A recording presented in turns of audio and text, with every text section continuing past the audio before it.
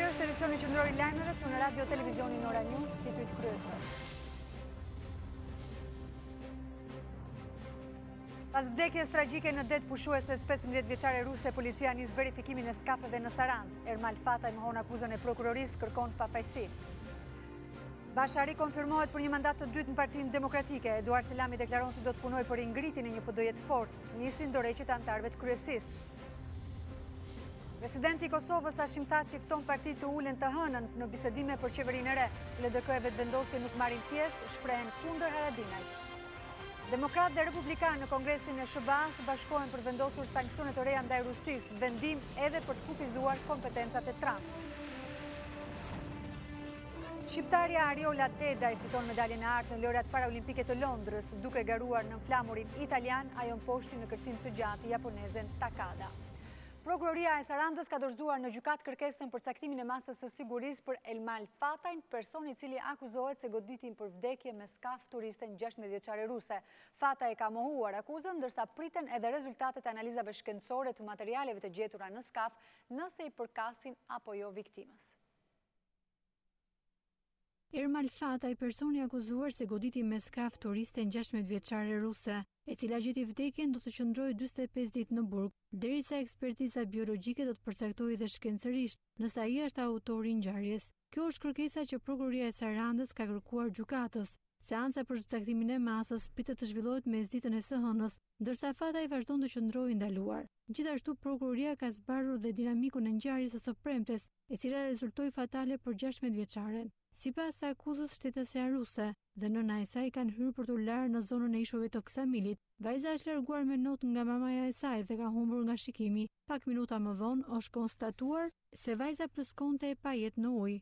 Ky fakt është konstatuar nga disa turistë të tjerë të cilët kanë njoftuar menjëherë policin. Pas kryerjes së autopsisë rezultoi se viktima kishte disa gërvishtje të thella në pjesën e kokës, si dhe në pjesën anësore të trupit, të cilat i kanë shkaktuar vdekjen. Grupi hetimor i drejtuar nga prokuroria e Sarandës ka krijuar dyshimet se vajza mund të jetë goditur nga një mjet lundrues që lëvizte në ato zonë. Janë kthyer një numër i madh varkash dhe skafe që shërbejnë për transportimin e turistëve nga bregu për në drejtim të ishujve të Ksamil. Nga kthyrja e tyre rezulton se në helikun e skafit që drejtoi pa licencë shërbimi nga Ermal Fataj u gjetën disa fije floku të ngjashme për nga ngjyra me ato të viktimës 16 vjeçare. Për këtë arsye janë pyetur disa persona përfshirë dhe personin e dyshuar. Ky i fundit deklaron se ka lëvizur me skaf në orën që ka ndodhur ngjarja, por mohon të jetë përgjegjës për të, duke u shprehur se nëse do të kishte goditur të ndjerën, do të kishte ndjerë dhe do të merrte masa për t'i ardhur në ndihmë.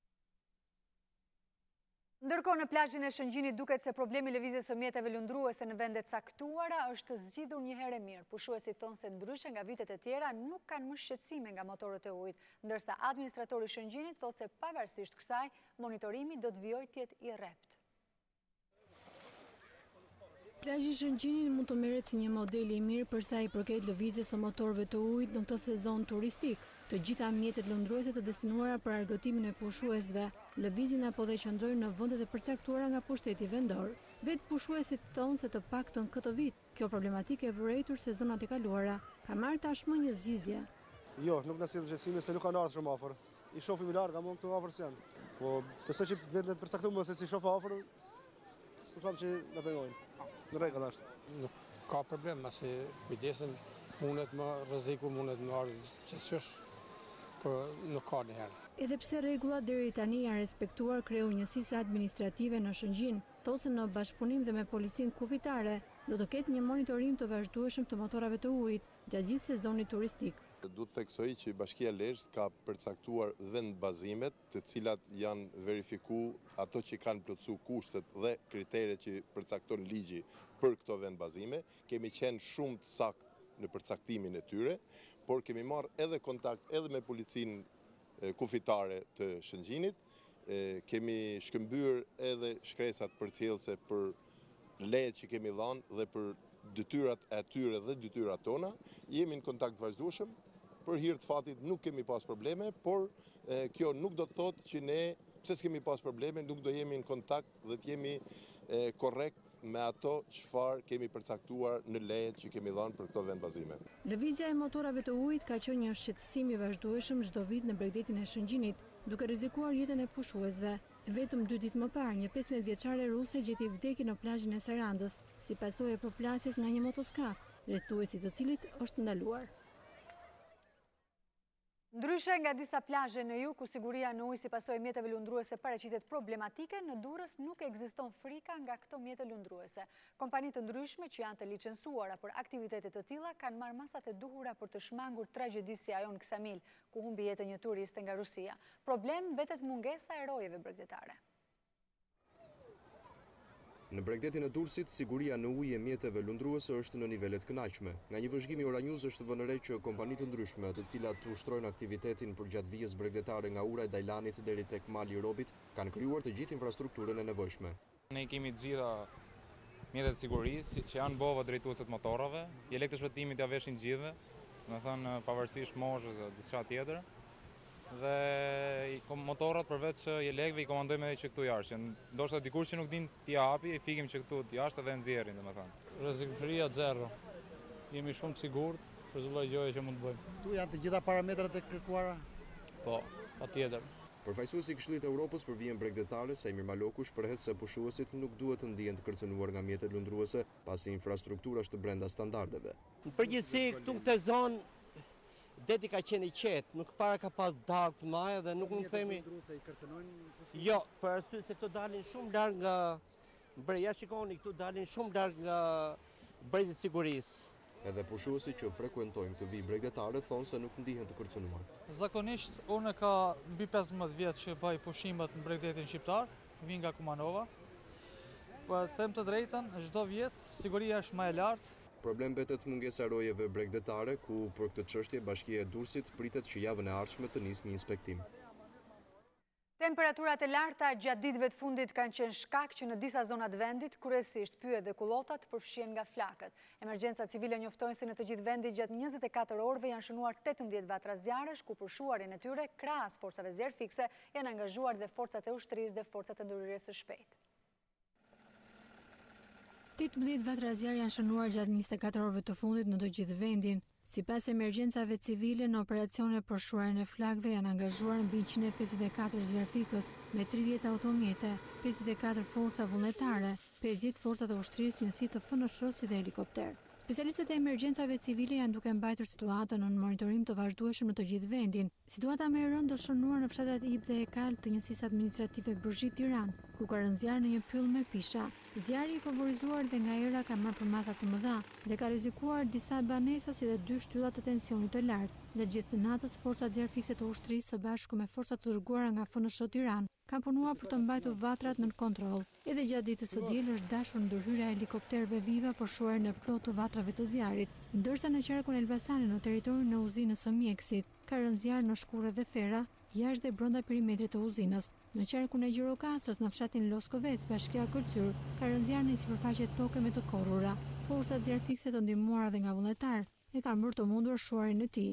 Në zonën e mbrojtur Valbon, tek vendi i quajtur Pencmare, bashkia Tropoj, ka rënë zjarr në një pyll me pisha dhe kullota. Zjarri është shkaktuar nga një rufe në lartësinë 2000 metra në një terren tepër të thepisur e shkëmbor. Prandaj forcat nuk kanë mundur të ndërhyjnë, por zjarri është fikur vetvetiu, duke djegur një sipërfaqe të vogël të perimetrit të tij. Në qarkun e Vlorës, në zonën e pyllit të Sodës, ka rënë një zjarr në zonën me pisha. Zjarfiksit kanë ndërhyrë me forca e mjetit duke shuar vatrat e tij. Si pasojë e zjarrit janë ndjekur rreth 6 hektar me hala pishe. Një ditë pas izolimit të flakëve, kreu i Bashkisë Tiranë Erion Velia ka qenë në Ib për të monitoruar dhe për të falenderuar ata që luftuan me flakët. Velia e paralajmëroi masat e ashpra ndaj atyre që do të tentojnë të vënë qëllimisht zjarrin.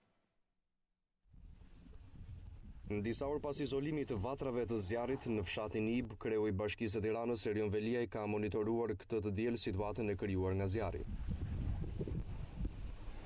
Velia i siguroi se situata është nën kontroll, duke falenderuar zjarfiksit që punuan për shuarin e flakëve. Jam shumë krenar sot për gjithë kolegët që kanë pasur një bashkëpunim fantastik për të përballuar një situatë emergjence të paprecedent. Edhe më vjen mirë që ne kemi pasur jo vetëm 65 zjarfikës në terren, në një kohë ku shumica e qytetarëve janë me pushime, kolegët tanë zjarfikës kanë gdhirë gjatë gjithë natës për të siguruar që sot Tirana gdhihet më sigurt. Edhe kjo zonë, gjithë zona e Kalit, Petrelës, Ibës, Bërgjitës, pra një zonë rurale, të shpëtoj nga ndoshta një tragjedi nëse zjarri do të kishte avancuar në zonat e banuara. Besoj që një përpjekje vullnetare e të gjithë komunitetit solli që ne brenda 24 orëve të menaxhojmë një nga sfidat më të mëdha. Kreu i Bashkisë së Tiranës i bëri apel qytetarëve të tregohen të kujdesshëm me zjarret, pasi në bashkëpunim me policinë do të hetohen të gjitha rastet e zjarrvënies së qëllimshme. Kërkojmë forcim të masave për akte të tilla vandalizimi. Dua t'i përgatitë gjithë qytetarët që epoka ku jetojmë është një epokë e sfidave me natyrën. Zjarri në pyll, thatësira në burime, ngricat në dimër, vërshimet në vjesht. Është shumë e rëndësishme që mos ta menaxhojmë të me histeri, sa më herët ne të sinjalizohemi, aq më herët veprojmë dhe aq më pak dëm ne do të kemi për qytetin e Tiranës. Drejtori i zjarrfiksëve të Tiranës, Shkëlqim Goxhaj, falenderoi të gjithë ata që ndihmuan në shuarjen e zjarreve, përfshirë edhe helikopterët e kompanisë Viva.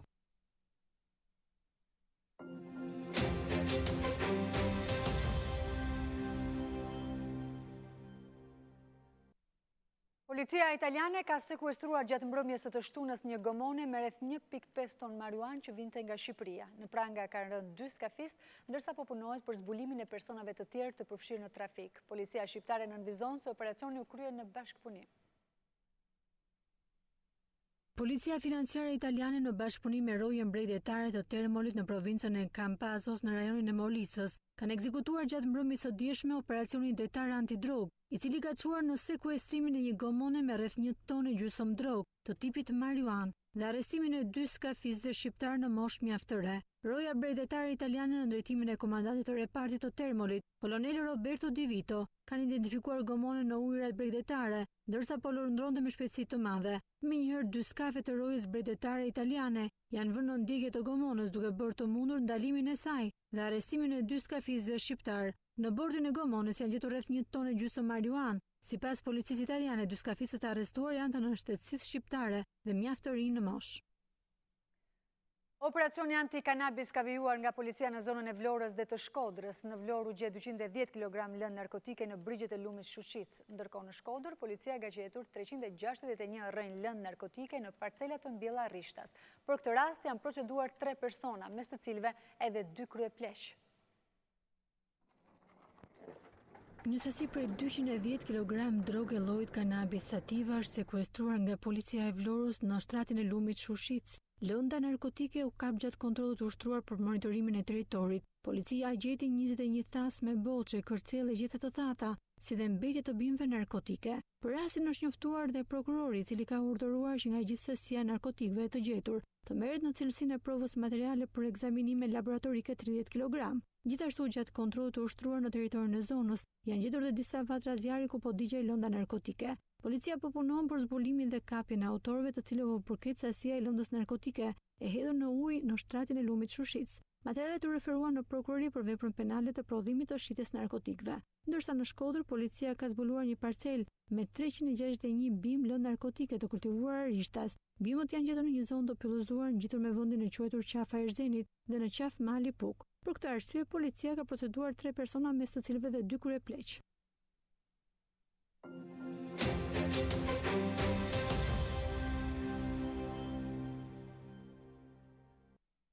Zgjedhjet për kryetarin e Partisë Demokratike kanë përfunduar dhe Lulzim Basha do të vazhdojë të jetë sërish lideri i demokratëve. Basha ka marrë 53.449 vota ose 91% votave të demokratëve. Në votimin e datës 22 korrik morën pjesë 59.766 votues ose 57.5% e të gjithë anëtarësisë Partisë Demokratike. Ndërkohë që Eduard Selami ka arritur të marrë 5.136 vota. Lulzim Basha do të jetë sërish kryetari i Partisë Demokratike të Shqipërisë, edhe pas zgjedhjeve të 22 korrikut.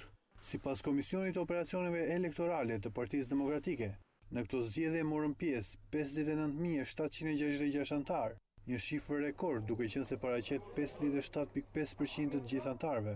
Nëse heqim edhe 25.000 anëtarët që banojnë jashtë Shqipërisë, atëherë kjo shifër shkon në 76%. Ndarja e votave mes 2 kandidatëve ishte 53.931 vota, ose 91% për kryetarin aktual Lulzim Basha dhe 5.136 vota, ose 9% për rivalin e tij Eduard Selami. 767 vota rezultuan të pavlefshme.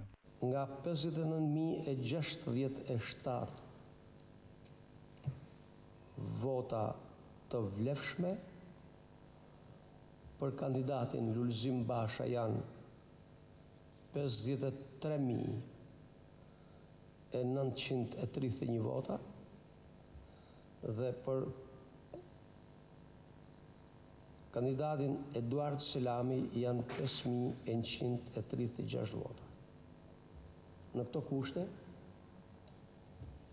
komisioni shpall fitues zotin Lulzim Basha me 53.931 vota si kryetar të Partisë Demokratike në zgjedhjet e 22 korrikut 2017 në votimin me një antar, një votë. Lulzim Basha do të vazhdojë të jetë kryetari i Demokratëve për 4 vite të tjera, edhe pas humbjes së zgjedhjeve të përgjithshme të 25 qershorit, duke udhëhequr sërish opozitën e vendit, këtë herë nga parlamenti ku mungoi në mandatin e tij të parë. Në një dalje për mediat, Eduard Selami, pak orë pas shpalljes së rezultatit të zgjedhjeve për kryetar të Partisë Demokratike, falenderoi gjithë demokratët që votuan dhe besuan tek projekti i tij. Pavarësisht se nuk doli fitues, Selami bëri thirrje për bashkim, për t'i dhënë vendit një opozitë më të fortë, ndërsa garantoi se do të mbetet një antar krenar i Partisë Demokratike dhe do t'jap kontributin e tij për ringritjen e kësaj force politike. E kishte thënë gjatë fushatës që pavarësisht të gjithave do ta njihte rezultatin e zgjedhjeve në Partinë Demokratike dhe e mbajti fjalën. Eduard Selami pak orë pas shpalljes së rezultatit që nxirrte Bashën fitues, falenderoi gjithë demokratët që e votuan dhe si demokrat i vjetër i bëri thirrje të gjithëve të bashkohen për t'i dhënë vendit një opozitë sa më të fortë. Më lejoni të falenderoj të gjithë ata që votuan në ditën e djeshme, të gjithë votuesit e Partisë Demokratike, të gjithë ata që u morën me përgatitjen e këtyre zgjedhjeve, të gjithë ata që votuan në vizionin ton, një vizion i cili mendoj ishte vizioni më i mirë për ta ringritur Partinë Demokratike, për ta bërë atë edhe një shpresë për demokratët, për djathtën dhe për Shqipërinë, por gjithsesi kjo është demokracia. Ka një votim, ky votim është bërë dhe unë respektoj këtë votim. E kam telefonuar zotin Basha sot dhe i kam uruar fitore dhe ju bëj thirrje të gjithë demokratëve, të gjithë atyre që kanë votuar për mua dhe atyre që kanë votuar për mua dhe atyre që kanë bojkotuar, hajtë bashkohemi të japim Shqipërisë një opozitë fortë për cilin ka shumë nevojë. Dhe unë do të jap gjithë kontributin tim dhe përpjekjet e mia që kjo të realizohet. Pas këtyre zgjedhjeve, Selami do të jetë një antar i thjeshtë dhe krenar i Partisë Demokratike në zonën që ka mbuluar gjithmonë. Tashmë unë jam një demokrat krenar, si gjithmonë që kam qenë, jam antar i Partisë Demokratike në njësinë 2 në seksionin kur jam. Selami tha se pavarësisht pabarazisë së garës dhe deformimeve, këto zgjedhje e bën më të fortë Partinë Demokratike. Në fjalimin e fitores, Lulzim Basha theksoi se pjesëmarrja e lartë në votime tregon se demokratët janë bashkë. Ai falenderoi Eduard Selamin që bëri një garë dinjitoze, ndërsa tha se vota për të është një borxh që mund të shlyhet vetëm duke e sjellë Partinë Demokratike në pushtet. Për herë të parë pas një mungese të gjatë në media, Lulzim Basha, si kryetari i Partisë Demokratike me mandat të dytë, e quajti pjesëmarrjen masive në zgjedhjet e 22 korrikut, si shenjë se demokratët janë bashkë. Sipas Bashës, demokratët nuk e kanë humbur shpirtin e tyre, edhe pse për herë të parë pranoi se zgjedhjet i humbi dhe nuk u vodhën. Kjo pjesëmarrje masive në zgjedhjen e kryetarit është dëshmia e besimit të demokratëve tek partia jonë dhe tek vlerat e demokracisë. Është shenjë se ata janë të fortë, se ata janë bashkë. Ne demokratët vërtet humbëm zgjedhjet, por nuk humbëm besimin tek partia jonë dhe tek vetja. Ne nuk kemi humbur vlerat, nuk kemi humbur dinjitetin, nuk kemi humbur forcën dhe kurajën, nuk kemi humbur qytetarinë, nuk kemi humbur shpirtin ton kombëtar dhe europian. Basha vlerësoi edhe kandidatin Eduard Selami, që e trajtoi këtë garë me seriozitetin e duhur. Dua të falenderoj Eduard Selamin, që i vlerësoi demokratët dhe shkoi para tyre me një projekt, me një alternativë dhe ju bëri thirrje të marrin pjesë e ta votojnë. Në të ardhmen në mandatin e tij të dytë, Basha do të demokratizojë Partinë Demokratike, duke lënë vendimet e rëndësishme në dorën e antarëve. Dua të garantoj të gjithë se Partia Demokratike do të jetë më demokratike, duke i dhënë pushtet antarëve të saj dhe duke kaluar vendimarrjen për çështjet kryesore tek antarët. Duhet siguroj të gjithë antarët e Partisë Demokratike se vendimarrja do të jetë në duart tuaja. Se ju do të shprehni, ju do të vendosni siç bëhet dje çdo ditë në vijim se kush do të jenë përfaqësuesit tuaj të zgjedhurit tuaj. Në fund ftoi të gjithë kritikët e tij të bashkohen edhe pse përbashën, ata kanë humbur rrugën. Akti i djeshëm nuk është as pak një derë mbyllur. Përkundrazi, tregon se çdo kush i vendos Partinë Demokratike të parën, që zgjedh kauzën e drejtë të zgjedhjeve e të lira e të ndershme, që zgjedh qytetarin dhe jo rehatim personale, që vendos të luftojë drogën, krimin dhe korrupsionin, është i mirëpritur. Është pjesë e jona dhe jemi të gëzuar ta kemi mes nesh edhe nëse për një moment ka humbur rrugën. Votën masive për të e konsideroi si një borxh që mund të shlyhet vetëm duke e sjellë Partinë Demokratike në pushtet. Astrid Patozi me anë të një statusi në Facebook e ka quajtur procesin zgjedhor një fars, për të cilën shqetësimi i vetëm ishte se si refuzimi i demokratëve për të mos lexohej, duke rritur artificialisht pjesëmarrjen. Patozi u azon shprehjen e Jezu Krishtit teksa thot fali Zot se s'din ç'bëjnë dhe e quan veten të përzën nga Lulzim Basha, nga i cili nuk pret ndonjë thirrje për bashkim të demokratëve. Për Astrid Patozi, zgjedhjet e 22 korrikut në Partinë Demokratike janë absurdi që i ka kaluar çdo kufi. Në një status në Facebook, jo pa ironi, Patozi thotë se i ka dërguar një mesazh kandidatit Eduard Selami, ku e uronte për sa pranë i kishte shkuar fitores, duke lënë të kuptohej se ai e kishte paremëruar këtë rezultat. Patozi thotë se kjo farsë, siç e quan ai zgjedhjet, duhej bërë trash, sepse tashmë armiku nuk ishte më i brendshëm por i jashtëm, dhe për këtë mjaftonte vetëm pjesëmarrja e lartë dhe jo rezultati i trukuar. Në korrik 2013, ata armikun e kishin brenda garës dhe nuk kishte rëndësi numri i votuesve, por vetëm raporti mes rivalëve, dhe bën gjithçka në këtë tokë që rezultati të dilte 8-2.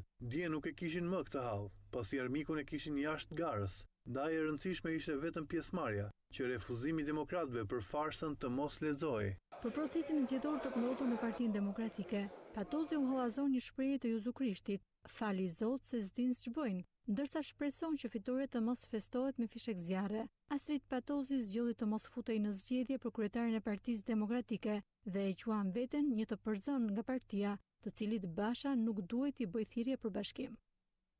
Një nga kritikët më të fortë në Partinë Demokratike, pas humbjes së zgjedhjeve të Moralizoti, ka njoftuar dorëheqjen fill pasi kryetari i rizgjedhur Lulzim Basha ka mbajtur fjalimin e fitores. Në një status në Facebook, kreu departamentit të ish të përndjekurve politik dhe antari i kryesisë shkroi se dorëhiqej pa haruar kritikat e tij se Basha duhet të dorëhiqej, duke thënë se mbetet mbështetës i Partisë Demokratike derisa ajo të zërë vendin që meriton.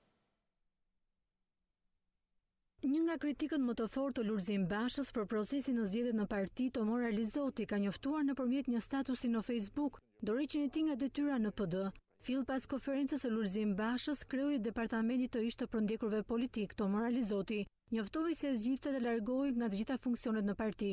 Në përfundim të votimit të antarësisë së Partisë Demokratike për kryetarin e saj jap sot dorëheqjen time nga detyra e drejtorit të departamentit të ish të përndjekurve dhe nga ajo e antarit të kryesisë. Unë, pas humbjes dramatike të PD-s, mbrojta qëndrimin se zoti Lulzim Basha ishte përgjegjës kryesor për këtë humbje dhe duhet të dorëhiqej në mënyrë që partia të niste një proces reflektimi dhe ringritjeje. Dorëheqja do të ishte një akt demokratik i nevojshëm dhe një pranim i vërtet i përgjegjësive. Sipas Alizotit, vetëm kështu PD do të kishte mundësinë e ndërtimit të një fryme dhe force të vërtet opozitare. Alizoti akuzoi kreun e rizgjedhur Basha se në këtë mënyrë zgjodhi një qasje tjetër, duke u imponuar normave perëndimore dhe duke u rizgjedhur. Në fund të mesazhit të tij, Alizoti thotë se do të mbetet një mbështetës i paepër i PD-s dhe i së djathtës, me shpresën se shumë shpejt ajo do të zërë vendin që meriton. Presidenti i Kosovës Hashim Thaçi ka ftuar partitë në një takim për të vendosur formimin e qeverisë së re. LDK dhe Vetëvendosje paralajmërojnë bojkotimin dhe kërkojnë nisjen e punimeve të parlamentit të ri. Presidenti i Kosovës Hashim Thaçi do të nisë nesër paradite takimet për formimin e qeverisë së re si dhe thërritjen e parlamentit të dalë pas zgjedhjeve të 11 qershorit. Por negociatat duket se do të zhvillohen me përfaqësuesit e koalicionit PAN, pasi drejtuesit e LDK-s dhe ata të Vetëvendosjes nuk janë përgjigjur ftesës së kreut të shtetit. Isa Mustafa dhe Albin Kurti paralajmërojnë se do të bojkotojnë bisedimet për formimin e qeverisë, teksa kërkojnë nisjen nga puna të parlamentit të ri.